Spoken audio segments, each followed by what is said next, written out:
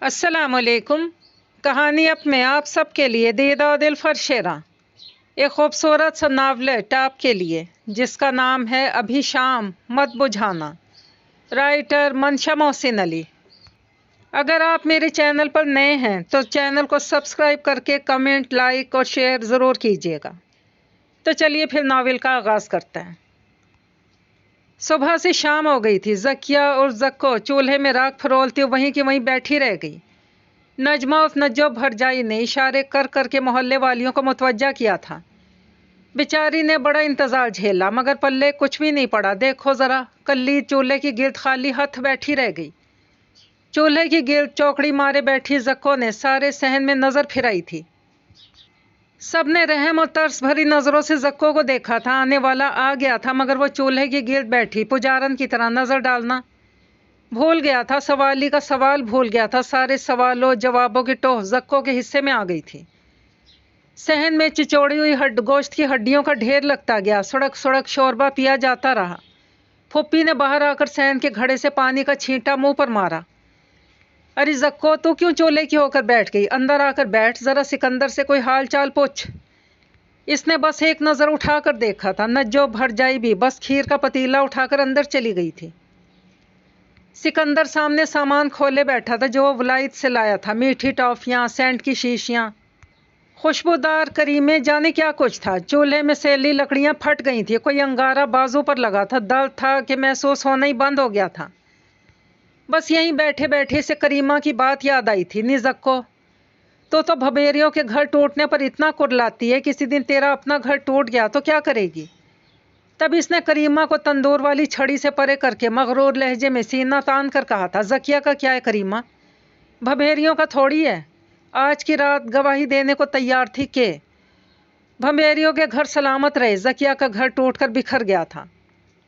جب تک ابا اماں زندہ رہے زکیہ کی زندگی جیسے آسمان پر رہی تھی، شاداں فرحاں، ہر فکر ہر مسئلے سے آزاد۔ مگر زندگی کبھی بھی ماں باپ کی متبادل ثابت نہیں ہوتی۔ اماں ابا کی حادثاتی موت کے بعد جیسے ایک دم سے زکو اپنے آپ میں تنہا اور اکیلی بیٹھی رہ گئی تھی۔ اس نے ادھر ادھر دیکھنا شروع کر دیا تھا۔ زندگی نے اس کے حصے میں اب صرف سوگ اور ماتم ہی لکھا تھا۔ وہ تو گھر بھر کی لاڈلی تھی۔ سنہری دھوپ کے جیسی زکیہ، سرما کی حرارت جیسی زکو۔ سارے پنڈ میں سب کو خبر تھی کہ زکو کا دل تو سونے کا ہے، سونے کا، اور وہ ایسی باتوں پر تو یوں ہی لوٹ پوٹ ہو جایا کرتی تھی۔ بھلا میرا دل بھی کوئی کیسے دیکھ سکتا ہے؟ لاڈ لگانے کے لیے کہہ دیتے ہیں کہ تیرا دل تو سونے کا ہے، تمہیں پتہ ہی نہیں ہوتا، بس تم بنتی رہو ہمیشہ۔ ورنہ ہر کوئی جانتا ہے کہ زکیہ سے کوئی جان بھی مانگے تو اسی وقت دے دے۔ جب جان کی بات آ گئی تب زکو نے سوچا کہ اگر جان دینے کی بات آ گئی تو کیا ہوگا، مگر پھر خود کو تسلیاں دی کہ بھلا آج کل کون جان لینے کی بات کرتا ہے، بس پنڈ والے بھی بچوں جیسی باتیں کرتے ہیں، مخول کرتے ہیں، یہی سوچ کر بھول بھال گئی تھی۔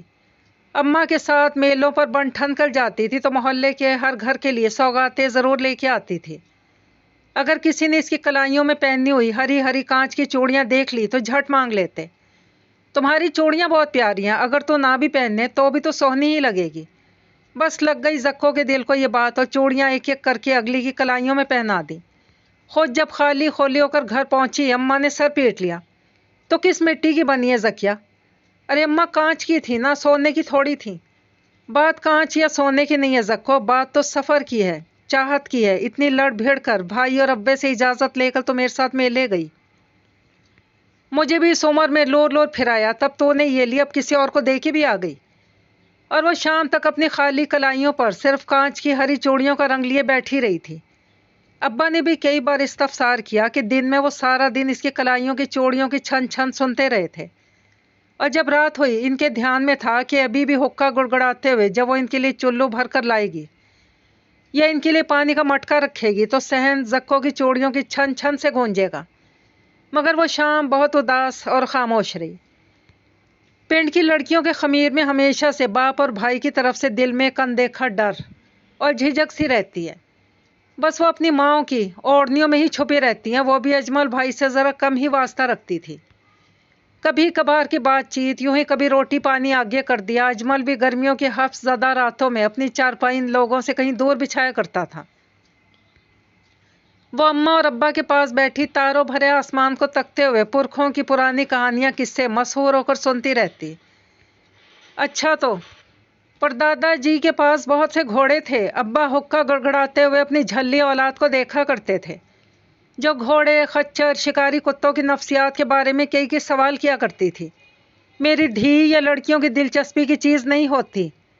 اماں ویسی دونوں باپ بیٹی بحث مباحثے سے لا تعلق ہو کر دور لیٹے اجمل کی پشت کو دیکھے جاتی تھی۔ وارث بڑے پیارے ہوتے ہیں، بیٹے آنکھ کے تارے ہوتے ہیں۔ اجمل کی جوانی ان کے دل میں ہڑک لے آتی تھی، بے وجہ کوئی سبب نہیں ہوتا تھا۔ اب تو سو جاؤ زکوس، تو نے صبح اسکول بھی جانا ہے، ویسے بھی کل تیرا نتیجہ ہے، میں نے اور تیری ماں نے شہر برادری کی طرف شادی کے لیے جانا ہے، نیند کچی رہے گی تو مصیبت ہو جائے گی۔ اماں پیاری امی، اماں ابھی سونا نہیں، میرے لیے اپنی جماعت میں ٹاپ کرنے کی دعا کر کے ہی سونا بس۔ اماں سے لپٹ کر زکو ساری رات فجر کے تارے کے ابھرنے تک آیت الکرسی اور قرآن آیات کے ورد کرتی رہی تھی۔ امتحان کا نتیجہ آ گیا تھا، اماں کی دعائیں کام آ گئی تھیں اور زکیہ اور زکو نے ٹاپ کر لیا تھا۔ مگر واپسی کی ٹرین میں بوگیاں پٹریاں چھوڑ گئی تھیں اور پنڈ کے کئی گھروں کے بڑے واپس نہ آئے۔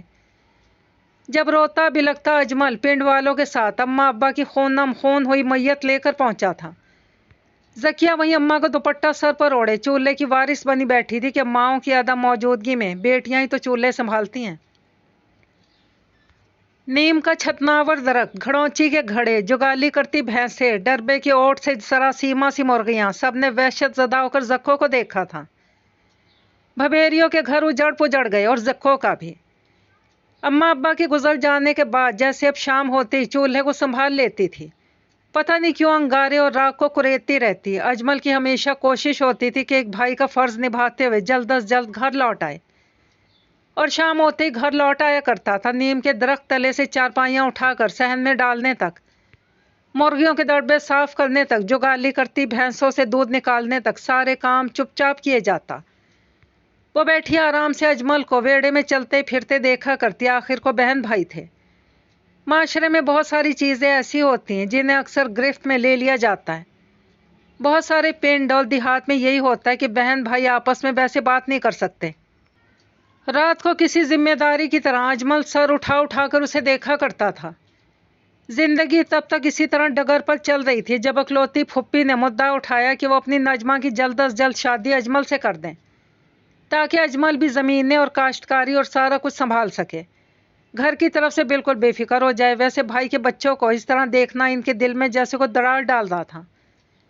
یہی وجہ تھی کہ انہوں نے خاندان کے کچھ بڑوں کو اپنے اعتماد میں لے کر اجمل کے رشتے کی بات چلائی تھی، کیونکہ وہ بڑی تھی اور اجمل بھی اس چیز پہ انکار نہیں کر سکتا تھا۔ نجمہ تو ویسے بھی دوسرے پنڈ سے بھی خاص آنا جانا بھی نہیں تھا، بس شادی بیاہ اور کبھی کبھار کسی خاص موقع پر آ جاتے تھے۔ نجمہ اور زکو کے مزاج میں زمین آسمان کا فرق تھا، اور یہی وجہ تھی دونوں ایک دوسرے کے قریب نہیں آ سکی تھیں۔ شادی کی تیاریاں کب کیسے کس طرح ہوئی، محلے والوں نے اس کام میں بڑھ چڑھ کر حصہ لیا تھا، ورنہ وہ اکیلی ہانپتی پھرتی پھر بھی اس کے دل میں اس چیز کی تسلی باقی رہ گئی تھی کہ گھر سنبھالنے والی آ رہی ہے، کم از کم یہ تو نہیں کہ وہ اکیلی گھر میں آدم وہ کرتی پھرے، کیونکہ اجمل مرد تھا اور گھر کا اکلوتا اکیلا مرد، جس نے باہر جا کے فصلیں بھی دیکھنی تھی اور گھر کی ذمہ داریوں کا بوجھ بھی اس پہ تھا۔ چپ چاپ اجمل کی شادی کر دی گئی تھی۔ وہ شاید آتی ہوئی سردیوں کے دن تھے۔ اگر کچھ تبدیلی آئی تھی تو پھپھو نے اس کے کان میں یہ بات ڈال دی تھی کہ وہ اپنے بیٹے سکندر اور اس کا رشتہ کریں گی۔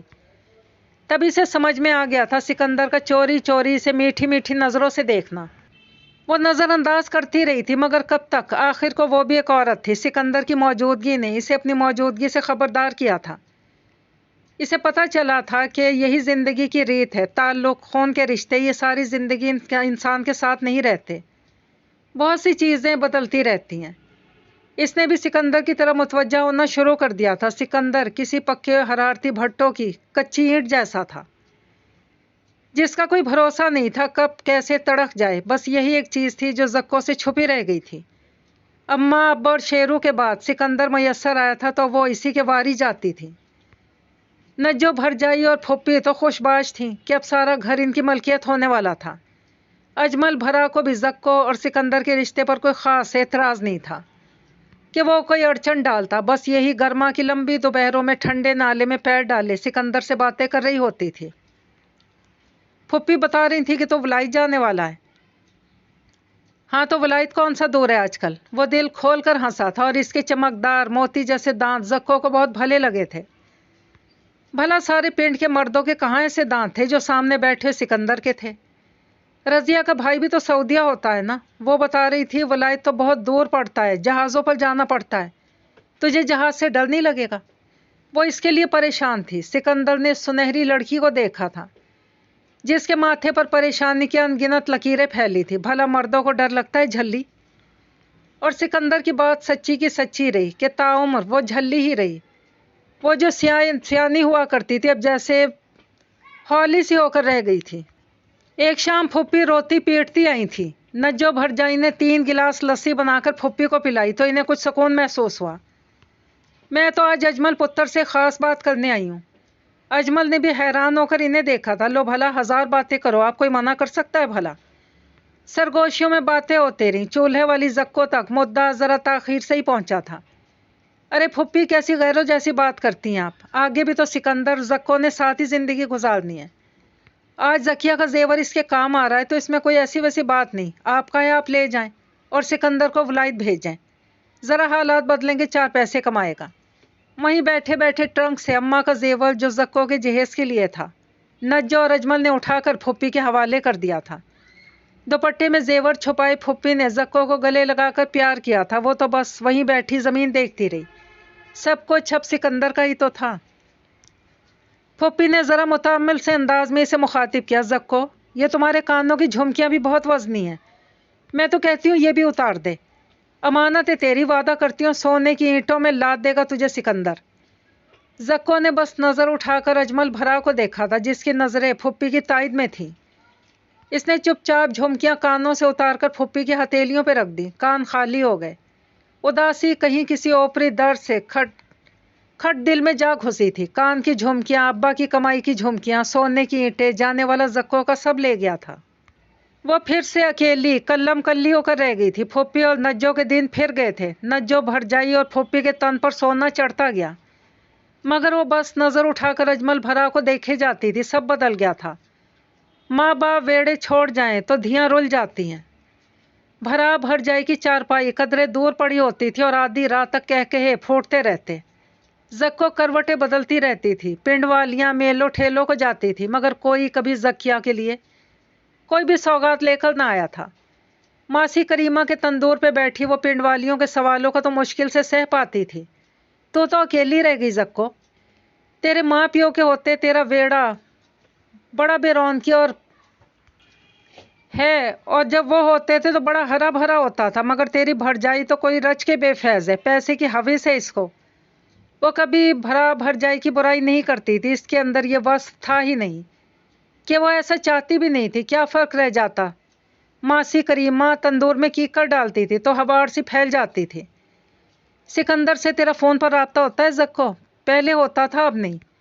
वलायत से फ़ोन करो तो पैसे ज़्यादा लगते हैं। खोटे सिक्के को क्यों खरा बनाकर पेश करती है जकिया। मासी भी जब चोट देने पर आती थी तो पूरा सीधा नाम लेकर वार करती थी। तेरे माँ प्यो का घर था तो राज करती, वहाँ मलकानी बनकर रहती। जिधर दिल करता ब्याह करती। और तेरे माँ प्यो की शराफत ही इतनी थी जक्को कि तो अकेली होकर भी बच्ची रहती। तेरी माँ और फुप्पी में इसी वजह से नहीं बन सकी कि तेरी माँ शान वाली थी और तेरी फुप्पी बड़ी हिर्स और तमा वाली थी। शाम ढलती तो पिंड की गलियों में सिकंदर को सोचती थी, फिर घर का रुख करती। कितना अच्छा था सिकंदर।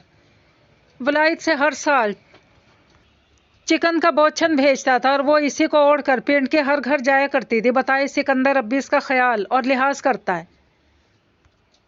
रजिया ने तो एक दिन खूब ठट्ठा लगाया था। अरे झल्ली है तू, ये मुफ्त की चीज़ें हैं, खैरात देता है तुझे, बांट देता है। ये इसकी माँ और बहन को ये क्यों नहीं भेजता।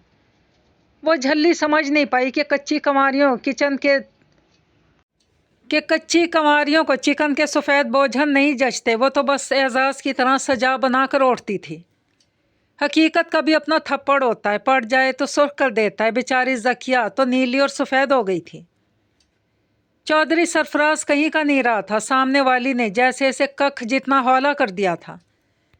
और इस जनाब दरिया जैसी आंखों वाली के चेहरे पर तपिश और आंखों में अजीब सा कहर था। कौन कह सकता था कि वो ज़किया और ज़क्को भी, भला इसका क्या वास्ता था चेहरे की तपिश से और आंखों के अजीब से कहर से। सारा पिंड इस बात को फसाना कहता कि सब झूठ है, वो कैसी किसी पर चीख चिल्ला सकती है। वो तो निमानी है, वो तो मिट्टी पड़ी है कि ढेरी है, ज़मीन का बीज है जिसके अंदर तने की शाख जितना वस्फ भी नहीं था। चौधरी सरफराज भी तो सरो था, इतना ऊंचा कि सर उठाकर देखना पड़ता था। ये भी इसका वस्फ था कि वो नज़र उठाने पर मजबूर कर देता था। भला अब सारा पिंड क्यों यकीन करता कि वो ज़क्को के आगे फर्श हो गया था। जैसे बारिश के बाद मिट्टी का ठंडा ढेला ढेर हो जाता है, वहीं के वहीं खड़े का खड़ा, कंधे से शाल ढलक कर पैरों में आ गई थी। मैं माजरत करता हूँ, ज़क्को का चनाब दरिया बंद तोड़ गया था, वो चीख कर अदमुई हो गई थी। तुमने मेरी बकरी मार दी, मैं तुम्हें माफ़ नहीं करूँगी। वो तो सारा पिंड दस्तरस में लेकर फिरता था कि जो भी जहाँ तक भी नज़र आता है सब अपना होता है। बस समझ का फेर था जो इसे ले डूबा था। एक ही तो मेरे दुख सुख की अकलौती साथी थी, तुमने इसे भी मार दिया। तुमने मेरा बहुत बड़ा नुकसान कर दिया बाबू, बहुत बड़ा नुकसान। वो गाड़ी ड्राइव करते ख्यालों में मगन इस पगडंडी की तरफ मुड़ा था कि जाने कहाँ से वो बकरी का बच्चा सामने आ गया था। जीप झटके से रुकी थी। जीप के टायरों ने बकरी के सफ़ेद और काले धब्बों वाले जीरो को कुचल कर रख दिया था। वो जीप से उतरकर, जब तक उतरकर पहुंचा था, दाईं तरफ से दुपट्टे से उलझती भागती वो सामने आ गई थी। हाय अल्लाह, ज़क्को मर गई, शेरो मर गया। सर के बालों का जूड़ा खुल गया था, हथेलियों पर घास का रंग था, जैसे दरांती चलाती रही थी। चौधरी सरफराज की समझ में नहीं आया कि वो क्या करे। बकरी के बेजान वजूद और टूटी टांग को वो जोड़ने की कोशिश कर रही थी। जैसे जोड़ लग जाएगा, जैसे शेरू अभी के अभी दौड़ने लगेगा, मगर ज़क्को का राजदार आखिरी सहारा भी मर चुका था। अल्लाह तुम्हारी आंखें किसी अंधे को दे दे, तुमने मेरे शेरू को मार डाला। हाय। यहीं ज़किया ने ओढ़नी सर पर टिकाकर नज़र उठाई थी और सरफराज पूरे कद से ज़मीन पर आ गया था। वो मज़ीद चीखती चिल्लाती रही। वो नज़रें झुकाए बस चुप चुपाते सुनता रहा था कि बंद टूट गए थे। दिल को इससे डर लग गया था। पूरे गांव का गबरू शेर जवान ज़क्को से डर गया था। सरफराज का दिल चाहा आगे बढ़कर इसके मुंह पर हाथ रख दे। खुदा के वास्ते चुप कर जाओ, मेरा दिल मेरे हाथों से निकलता जा रहा है। माजरत के लफ्ज़ बस जुबान तक रह गए थे। वो शेरू के खून आलूद वजूद को जोड़ती हुई पगडंडी पर आहिस्ता आहिस्ता चलती जा रही थी। बाएं हाथ से आंसू साफ करती जा रही थी, सरमा की धूप जैसी, गर्मा की हरारत जैसी। दूर दूर तक धूल उड़ती रही। शाम जब रात के साथ मिलने वाली थी तो घर के दरवाजे से 4-5 बकरी के छोटे छोटे बच्चे दौड़ते भागते अंदर दाखिल हुए थे। ज़क्को चूल्हे के पास बैठी थी, हर रोज़ की तरह, हमेशा की तरह। नजमा भरजाई ने बकरी के खूबसूरत फूलों को देखा था। अरे किसके हैं, लगता है गलती से हमारे घर आ गए। वो बस इन्हें आंगन में भागते दौड़ते देखती रही। तभी चौधरियों का मज़ार अंदर आया था। यह सरफराज बाबू ने दिए हैं कि अजमल के घर दे देना। नजमा ने पलट कर चूल्हे की तरफ निगाह की थी। वहाँ जोगन जोग लेकर बैठी थी। शेरू मर गया था और वो इस बकरी के बच्चे को किसी मैयत की तरह रो चुकी थी। जाने कुछ समझ में आया या नहीं, फिर भी इसने बकरी के बच्चे एक रस्से के साथ आंगन में बांध दिए थे। रात को अजमल आया तो मुद्दा सामने रखा गया। इसने यखनी के प्याले से मुंह लगाया हुआ था। हाँ, मेरी बात हुई थी कि सरफराज की जीप से शेरू नीचे आ गया था, तो इसी वजह से इसने ये भरपाई के लिए भेजें। नजमा ने दूर चारपाई पर बैठी चुपचाप सी जोगन को देखा था। सरफराज तो पूरे पिंड का सबसे नखरेला मर्द है। आज पता चल रहा है कि इतना खुदा तरस भी है, हैरत है। खैर हमें क्या, हमारा नुकसान भर दिया यही काफ़ी है। दोनों मियाँ बीवी अपनी अपनी जगह खुशबाश बैठे थे और जिसका नुकसान हुआ था वो पीठ मोड़े कच्चे आंगन में मिट्टी की ढेरी को देखे जा रही थी, जहाँ इसने शेरू को दफन किया था और ऊपर नीम के सफ़ेद फूट डाल दिए थे। जिसका नुकसान हुआ था वो अब भी नुकसान नहीं रही थी। औरत ज़ात भी कई भेद होते हैं कि दुनिया को एक ही ऐनक मिली हुई है ना, कि औरत ज़ात ऐसी होती है वैसी होती है। कोई इनको जाकर ये खबर करे कि सारी की सारी ऐसी नहीं होती। घर एक था, वही लंबे आंगन वाला, सलने उड़ाए बूढ़ा नीम का दरख्त, भैंसे, चितकबरी मुर्गियाँ, झाड़ू देती धूल उड़ाती नजमा भरजाई, जो खड़े खड़े अपनी बातों से आसमान से तारे तोड़कर झोलियाँ भर लेती थी, और दूसरी ज़क्को, जिसको पूरा चांदी के थाल जैसा आसमान मुयस्सर भी आ जाता। वो गर्मियों की लंबी तपती दोपहर थी जब गांव की सारी मुटियारें बोरंग पर नहाते धोते गाते फिर रही थी। सबका मौजूद गुफ्तगू एक ही शख्स था, चौधरी सरफराज, जो बिला शिरकत गैरे कई एकड़ों का मालिक था। एक शानदार गबरू जवान जिसके चौड़े सीने और मर्दाना वजूद की धाक कई पिंडों तक फैली हुई थी। वो औरतों का दिलचस्प मौजूद गुफ्तगू था। जब शाल ओढ़े मोंढे पर डाले वो ज़मीन पर कदम रखता था तो कई कंवारियों के दिल धड़क धड़क जाते थे। जिसकी नज़रों में महताब जैसी हिद्दत और तेज़ी थी, चलता फिरता सूरज था। रज़िया को अक्सर इसके पीछे आहें भरते देखा गया था। हाय नी सखियो, कोई इस तक संदेश ही पहुंचा दो कि रज़िया का दिल इसकी पहुंच से बाहर हो रहा है। दिन के उजाले में ख्वाब मत देखो रज़िया, वो चौधरी है जिसकी नज़र में कोई समाता ही नहीं। कहते हैं बहुत मगरूर खल दिमाग बंदा है, किसी की तरफ आंख उठाकर नहीं देखता। दिल का भी पाक साफ है। किसी ने अपने दिल के फपोले फोड़ते हुए फिर भी सरफराज की तारीफ की थी। पिंड की सारी लड़कियों के टोले में वाहिद ज़किया थी, बिल्कुल चौधरी सरफराज से अनजान होकर बस अपने परांदे के धागे तोड़ रही थी। बाकी सबकी दिलचस्प और इन्हिमाक से बिल्कुल उलट थी। वो अमरूदों के बाग से खुशबुओं के लपटे आ रहे थे। वो इन्हीं के सहारे जैसे वलायत पहुंच गई थी कि जिस मर्द की सोच पर वो हक रखती थी आखिर इसी को क्यों ना सोच ले, बजाय इसके कि पराए मर्द के पीछे औरों की तरह होके फिरती रहे। जाने सिकंदर कैसा था, वलायत में इसका काम कैसा चल रहा होगा। नजमा भी तो भाई से फ़ोन पर चुपचाप खुसर फुसर लगी रहती थी, कभी ये तक ना कहा कि 2 घड़ी हाल ही पूछ लो। सिकंदर के सारे भरम जक्को नहीं रखने थे और वो हमेशा से रखती आ रही थी। वो शुरू का बीज जब तनावल दरख्त बन चुका था, घर की देख रेख और चाकरी ने जकिया पर अजीब असर डाला था। उंगलियों की पोरों पर खुरदरी घास की हर निशानियां थीं। बालों में कहीं कहीं चांदी सी चमकने लगी थी। चप्पल टूट जाते थे तो डेवड़ी में बैठकर टाँक लेती थी।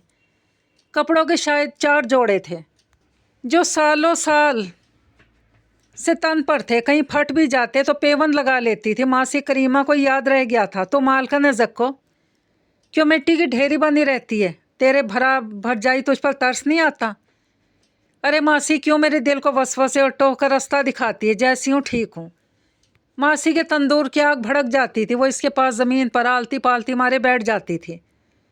तुझ पर तो रश्क आता था, तेरी तरबियत और उठान तो सारे पिंड की नज़र में थी। तूने क्यों खुद को रोल दिया कमली। वो हर बात भूल जाती थी, चाहे कोई कुछ भी कहे। वो ऐसी ही थी बेज़रर। नजमा भरजाई शहर से कपड़ों के ढेर लाती थी, सुर्खी पाउडर के महारानियों की तरह फिरती थी और जक्को खुश होकर बस अपनी भरजाई को दुआएं देती थी। दुआ देना ही जकिया का वस्फ था। बहुत मुद्दत बाद सारे पिंड में अफवाह उड़ी फिर रही थी कि मेला लगने वाला और वो दूर दूर से तिजारती आ रहे हैं, जिसमें हर उम्र के लोगों की दिलचस्पी का सामान मिलने वाला था। पिंड का बच्चा जवान बूढ़ा हर कोई खुशबाश था। सबसे ज़्यादा औरतें खुश थीं क्योंकि इन्हें घर से बाहर जाने के मौके कम ही मुयस्सर आते थे और अब घर घर चूल्हों और आंगन की कच्ची मिट्टी पर बैठकर यही मौजू चल पड़ा था।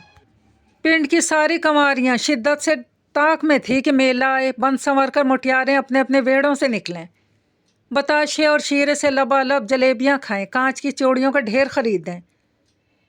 पहली बार जक्को की आंखें भी मेले के लिए चमक उठी थी और वो भी खुशी से जाने को तैयार हो गई थी।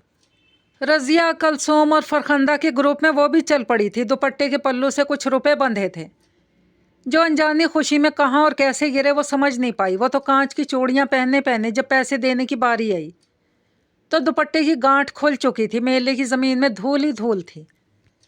चूड़ियाँ पहनाने वाली ने अपने सामने खड़ी लड़की को मुंतज़िर नज़रों से देखा था, जो सरासीमा से होकर गांठ खोले दुपट्टे का पल्लू थामे आंसुओं से लबरेज आंखें लिए खड़ी थी। अगर देने को पैसे नहीं हैं तो चूड़ियाँ क्यों चढ़वाईं, चलो सारी उतार कर डब्बे में वापस रख दो। वो वहीं ज़मीन में दफन हो गई थी। फरखंदा लोग इसे अकेला छोड़कर आगे निकल गई थी। आंसू पीती जक्को ने एक एक करके चूड़ियाँ उतार दी थी। सारे हजूम में अकेली खड़ी जकिया पहली बार मासी करीमा की बातें उसे सही और सच लगी थी। वो वहीं से उल्टे पांव वापस आ रही थी। रास्ते की पगडंडी में खड़ा चौधरी सरफराज कितनी देर से पिंड की मुटियारों को इसी रास्ते से हंसता खिलखिलाता अटखेलियाँ करते और इसकी तरफ इशारे करके आहें भरता देख चुका था। 2 टोलियाँ मीठे शीरे की जलेबियाँ खाते और नई कांच की चूड़ियाँ छन छन करते गुजरी थीं। वहीं वापसी के रास्ते की तरफ वो हजूम से हट कर अकेली चली आ रही थी। کچھ تھا ایسا جو پھر سے باندھ گیا تھا. وہ ایسے لٹے پٹے انداز میں آ رہی تھی جیسے سب کچھ کھو چکی اور دونوں ہاتھ خالی تھے. کلائیاں بھی چوڑیوں سے خالی تھی. چودھری سرفراز پر ایک بھی نظر ڈالے بغیر گزر رہی تھی. وہ بھی پیچھے پیچھے آنے لگا تھا، ایسے انہی نشانات پر قدم دھرتا ہوا جو زک کو اپنے پیچھے چھوڑتی ہوئی آ رہی تھی. تم نے چوڑیاں نہیں پہنی؟ وہ جیسے ٹھٹک سی گئی تھی، حیران رہ گئی تھی. تم میرا پیچھا کر رہے ہو؟ نہیں تو میری اتنی جرت کہاں، میں تو صرف سفر بانٹنا چاہتا ہوں. اونچا لمبا شاندار مرد، کندھے سے ڈھلکتی شال جس کو پنڈ کی کنواریاں موضوع گفتگو بنا کر وقت کاٹتی تھیں. میرا سفر بہت لمبا ہے، میں تھکنے والوں میں سے نہیں ہوں، آزما کر دیکھ لو. وہ راستہ روک کر کھڑی ہو گئی تھی. دھوپ سمٹ کر ساری کی ساری زکیہ کی پیشانی پر آ گئی تھی، سنہری سی روشن سی. چودھری میں ایسی ویسی لڑکی نہیں ہوں، یہ دل لگیاں اور یہ سب باتیں مجھے پسند نہیں ہیں. وہ برا مان گیا تھا. بے شک وہ مقبول تھا، مگر ہر کسی کی دسترس میں تھوڑی تھا. میں بھی دل پھینک نہیں ہوں، چاہو تو آزما کر دیکھ لو. سچے لوگ آزمانے کی باتیں نہیں کرتے. میرا راستہ چھوڑ دو. وہ راستہ چھوڑ کر کھڑا ہو گیا تھا. حکم تھا تو منظور تھا. جب وہ پگڈنڈی کے آخری سرے پر تھی، پیچھے سے آواز آ گئی تھی، بہت جلد اماں کو تمہارے گھر بھیجوں گا. زکیہ کی پیشانی سے دھوپ رخصت ہو گئی تھی. شام ہی شام ٹھہر گئی. بے ساختہ مڑی تھی جہاں چودھری سرفراز کی پشت نظر آ رہی تھی اور وہ زمین پر دھمک پیدا کرتے ہوئے واپس جا رہا تھا.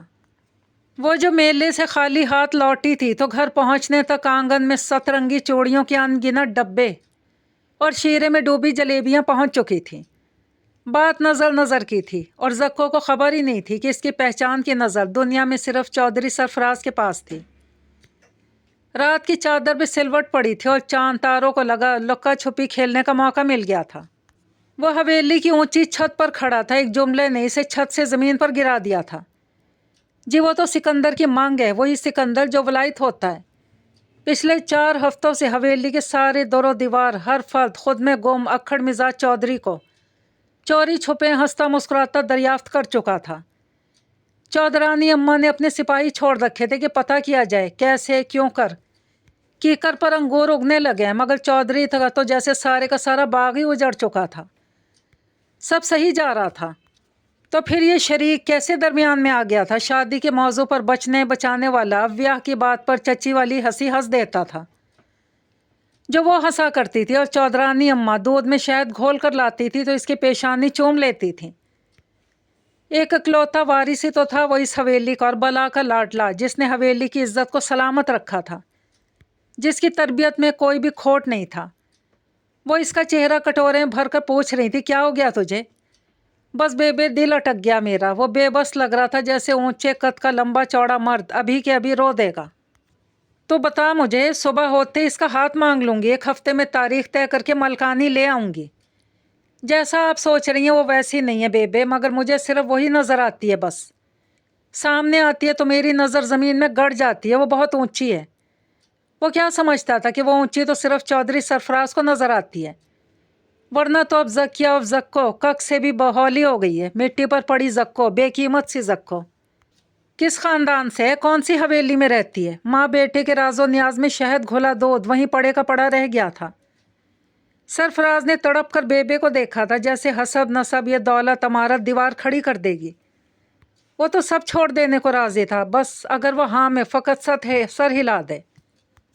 بے وہ کسی محل میں نہیں رہتے، پھر بھی آپ کا پتر ساری زندگی کا مقروض ہو گیا ہے. چودھرائن نے گبرو جوان پتر کو دیکھا تھا جس کی بہادری اور شجاعت ان کا زیور تھا. کتنا بے بس لاچار دکھائی دیتا تھا. وہ ہنس دی تھی. اٹھ کر اسے سینے سے لگایا. مورک کہیں کا، بے کا امتحان لیتا ہے، یہ مت بھولو.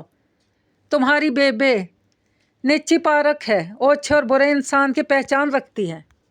حویلی کے در و دیوار ہی اونچے نہیں تھے بلکہ وہاں کے مکینوں کے دل بھی بہت وسیع تھے. سچ کہو تو کائنات لیے پھرتے تھے، آنکھ رکھتے تھے. رات کی بات تھی، جیسے ہی صبح ہوئی تھی مرغ بانگ سے ذرا پنڈ جاگ اٹھا تھا، وہیں حویلی کے دروازے سے وہ اندر داخل ہوئی تھی. پرانی چپل جو اس کی عمر کے ساتھ ساتھ کئی سفر طے کر چکی تھی، سفید چکن کا بوجھن اوڑے سلوٹ زدہ قمیص کے ساتھ. آنے والی کا بھرم بہت اونچا تھا، جیسے حویلی کے مکینوں سے ٹکرانے کی ہمت رکھتا تھا. کاش کوئی زکو کو بتا دیتا کہ جس در سے وہ داخل ہوئی ہے وہاں وہ انمول ہے، نایاب ہے. در سے داخلے نے اسے टके के भाव से हीरे के बराबर कर दिया था, अब चाहे दुनिया इधर की उधर हो जाए। वो हवेली के सुर्ख सहन में चौधरी सरफराज के मुकाबिल खड़ी थी। तो मुझे ख़रीदना चाहते हो? नहीं, तुम्हें कोई संगीन किस्म की गलत फहमी हो गई है। मैं तो खुद बिकने को तैयार हुआ फिरता हूँ। वो लहजा, वो दिल नशी अंदाज जक्को को डगमगा गया। वो झूठ बोलता दिखाई नहीं देता था, वो सच मानने में मुतामिल नज़र आती थी। वो सामने खड़ी उंगलियां चटखाने लगी थी। तुम्हें नहीं पता चौधरी, आज मेरी तरफ सब चोर नज़रों से देख रहे थे कि मैं इस हवेली के रास्ते पर आई हुई सबको नज़र आ रही थी। तुम्हें क्या खबर, चूड़ियों के डब्बे, जलेबियों के शीरे कमारी लड़कियों को बदकिरदार साबित कर देते हैं। मैं तो बस इतना कहने आई हूँ। मैं पहले ही बहुत कुछ सह रही हूँ, मगर अब सकत ख़त्म हो गई। मुझे और मसलों के हवाले ना करो। तुम्हें अपनी हवेली और ज़िंदगी ही ज़ेब देती है, वरना ही दिल लगियाँ चंद पल की मन मर्जी में कुछ नहीं रखा। वैसे भी जब चौधराइन को पता चला ना, तो मुझे ज़िंदा नहीं छोड़ेंगी कि एक कमी कमीन इनके मुकाबिल आ गई। हाथ जोड़कर आंसू छुपाकर बस मुड़ने वाली थी, दुपट्टे से मुंह छुपाती वापस होने को थी। चौधरी सरफराज तो बुत बन गया था।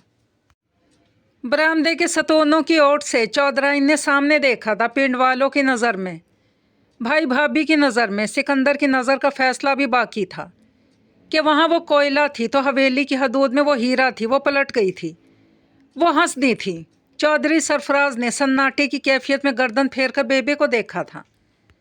वो कदम कदम चल कर इस तक आई थी। इसे किसी महल या ऊंची हवेली में रहने की ज़रूरत नहीं है पुत्र। वो अपने साथ बहुत कुछ लिए फिरती है। ये हवाले इसकी तारीफ़ पर मुकम्मल नहीं उतरते। तो फिर बताओ कब जाऊं इसके घर? वो थके थके अंदाज में रंगली पीढ़ी पर ढह गया था। वो मुझे धमका कर गई है, तो तुम डर गए हो क्या? बेबस हो गया हूँ बेबे, मैं कल ही जाती हूँ इसके घर। नहीं बेबे, इसका कोई फ़ायदा नहीं। क्यों? वो सख्त हैरान हुई थी। वो किसी और की मांग है। चौधराइन ने अपने दिल पर हाथ रखा था। तुमने इसकी आंखों में किसी और को देखा है क्या? वो आंखों में देखने ही कहाँ देती है। यह हक तो सिर्फ वही रखती है कि जिसे चाहे देखे। मैं कुछ नहीं कह पाता।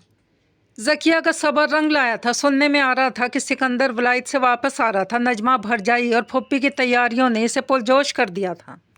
वो भी जैसे आसमानों में उड़ने लगी थी, बात बात पे हंसती थी। मासी करीमा को वो इस रूप में बहुत भली लगी थी। तभी वो बार बार इसे याद दिला रही थी, ज़क को अपनी नज़र उतारा कर। वो चूल्हे की मालिक थी। आग की तपिश में कई नज़रें उतार लेती थी। वो सुबह जब सिकंदर ने आना था, छाजों छाज मींह बरसा था और हर तरफ जल थल हो गई थी। वो भी नज्जों की मेहरबानी से नए कपड़े पहने, आंखों में काजल की धार लिए तैयार हो गई थी। रज़िया से खुशबू उधार मांग कर भी लगा चुकी थी। मेहंदी से हाथों पर गोल बुट्टे तक भी बनवा चुकी थी। जोगन का कोई नाम था तो ज़किया उर्फ ज़क्को था। रोग का कोई रंग था तो कभी ज़क्को का रंग था। वो सुबह से शाम तक चूल्हे के गिर्द चकराती, जाने क्या क्या पकाती रही। देसी मुर्गी का सालन, खीर, भुने हुए बटेर, हर वो चीज़ जो सिकंदर को पसंद थी। शाम होने वाली थी। ज़किया के दिल की टिक टिक बढ़ने लगी थी। जब घर के दाखिली दरवाजे से वो फुप्पी के साथ अंदर दाखिल हुआ था, सारे आंगन में विलायती सेंट की खुशबू फैल गई। ऊंचा लंबा सिकंदर कितना गोरा चिट्टा और प्यारा हो गया था। वो बस देखती ही रह गई। वो चूल्हे से उठकर सलाम करने ही लगी थी कि वो फुप्पी के साथ ही चूल्हे वाली को नज़रअंदाज करता अंदर चला गया था। वो वहीं खड़ी की खड़ी रह गई। क्या वो ज़क्को की मौजूदगी से अनजान था? क्या इसे खबर नहीं थी कि जोगन मुंतज़िर बैठी होगी? क्या वो भूल गया था कि वो दुआएं करके इसकी सलामती मांगती थी? क्या सब भूल गए थे कि वो ज़क्को का घर था? दिल में दूर दूर तक सियाह अंधेरा फैल गया। वो आग जला रही थी। उपलों का धुआं आंगन में फैल गया था। वो फूंक मारने को झुकी थी तो बालों की लट को आग ने छुआ था। बाल जलने की बसान से इसे रोना आ गया। अजमल और सिकंदर के साथ साथ नज्जो और फूफी के कहकहे भी गूंजते रहे। नज्जो ने इस दिन कितने गरूर से कहा था, सिकंदर को अगर खबर हो गई कि तेरे लिए गैर मर्द चूड़ियाँ और जलेबियाँ भेजते हैं तो खड़े खड़े रिश्ते से इनकार कर देगा। बदकिरदार औरत को कोई कबूल नहीं करता। तुझे क्या लगता है चौधरी तुझे हवेली में जगह देगा? सोच है तुम्हारी। ऐसे लोग सिर्फ वक्त गुजार कर फोक थूक देते हैं। नज्जो भरजाई की आवाज़ में जहर और कहर था। वो बस डुबडुबाई आंखों से देखती रही। अगर वाकई सिकंदर ने इनकार कर दिया तो सहन में चिचोड़ी हड्डियों का ढेर लग गए। वो भूख की बैठी रहेगी। बस जब वो वापस जाने लगा तो चूल्हे के पास रुका था, एक लम्हे के लिए, यूं ही पल भर के लिए। नज्जो, तुमने इसके लिए अभी तक कोई रिश्ता नहीं देखा क्या? चूल्हा जैसे जक्को के सर पर उलट गया था। स्वाह ने इसकी आंखों को अंधा कर दिया। वो दरिया चनाब लिए अजमल भरा को देखती रही। अजमल ने नज़र फेर ली थी। फुप्पी और नज्जो सिकंदर को साथ लिए दरवाजे की तरफ बढ़ गई थी। शर्म कर ज़किया, कुछ अम्मा अब्बा की लाज रख ली होती। मैं जल्दी तुम्हारे लिए कोई रिश्ता देखता हूँ।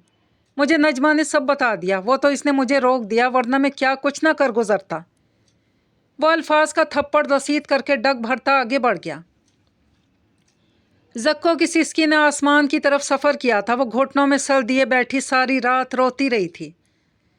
अजमल ने जैसे इसे जिंदा दरगोर कर दिया था। ट्रंक खोल कर खड़ी रही।